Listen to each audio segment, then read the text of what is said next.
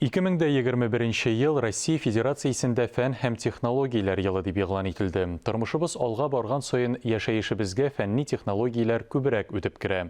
Моны Саба районының Сатыш мәдрәсә музее мисалында да күрергә мөмкин. Үз заманы өчен мәгърифәт үзәкләренең берсе булган Сатыш мәдрәсәсе яңарыш кичерә. 2016 елда мәдрәсә бинасы төзекләндерелгәннән соң тарих белән кызыксынучыларны кабул итә башлый.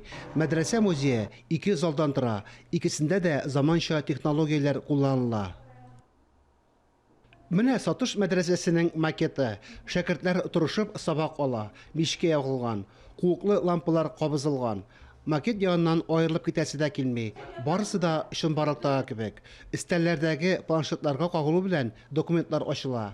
Интерактив тактада гарәп шрифтлар белән язарга өйрәнеп була. Монда язучы Мөхәммәд Галинең китаплары да урналган. Күренекле дәүләт эшлеклесе Рауф Сабиров та шунда белем алган. Кыскасы, экспонатлар шәхеснең йөзен тулысынча ачып бирә. Мәдрәсә музее авылның йөзек кашы, горурлыгы. Монда бик кызыксындырган экспонатлар халык өчен һәм борынгы заманнарда ничек белем алганнары турында күрсәтелгән халык өчен бик файдалы информация һәм инде күп кенә төбәкләрдән, шулай ук Россия төбәкләреннән, чит илләрдән шушы мәдрәсәгә килә башладылар. Куба Республикасыннан, шулай үзебезнең Россиядән, Дагестан Республикасыннан да килделәр. Дагестан Республикасына инде алар безнең дини республика бит инде аларны кызыксындырды безнең монда бит инде дини монда укытылган бит инде безнең муллалыкка, иман дини дәресләр алынып шулар кызыксындырды. Инде Кубадан килгәннәргә инде ул кызыксындырды. Мондагы экспонатлар шундый матур, борынгы заманда ничек безнең ислам динендә һәм Татарстаныбызда ничек шәкертләр белем алу турында аларны бик кызыксындырды. Икенче залда заманча технологияләр ярдәмендә Оренбург, Уфа, Казанда эшләп килгән мәдрәсәләр турында стендлар әзерләнгән.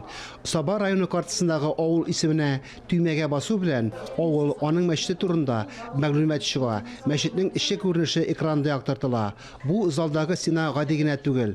Монда тәүлекнең теләсә кайсы вакытында Мәккә шәһәренең изге урыннарыннан туры трансляция тапшырып була. 2020 елда безнең кеше саны әзрәк булды. Пандемия булганга бер 895 кеше кабул иттек.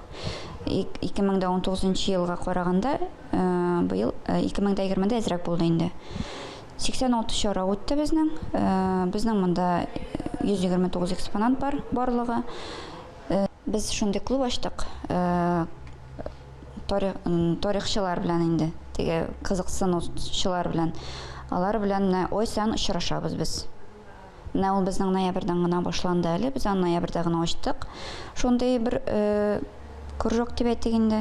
Түгәрәк ой сан менә ноябрь, декабрь һәм январьда булды әле, менә февральдә булырга тиеш.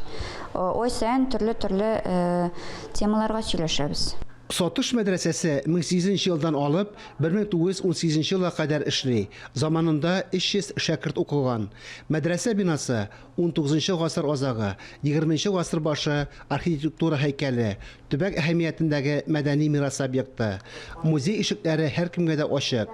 Биредә шал тарих белән замананың соңгы казанышлары кисешә һәм шуның белән игътибарны үзенә җәлеп итә. Фәнис Мөхәммәтов, Татарстан яңалыклары, Саба районы.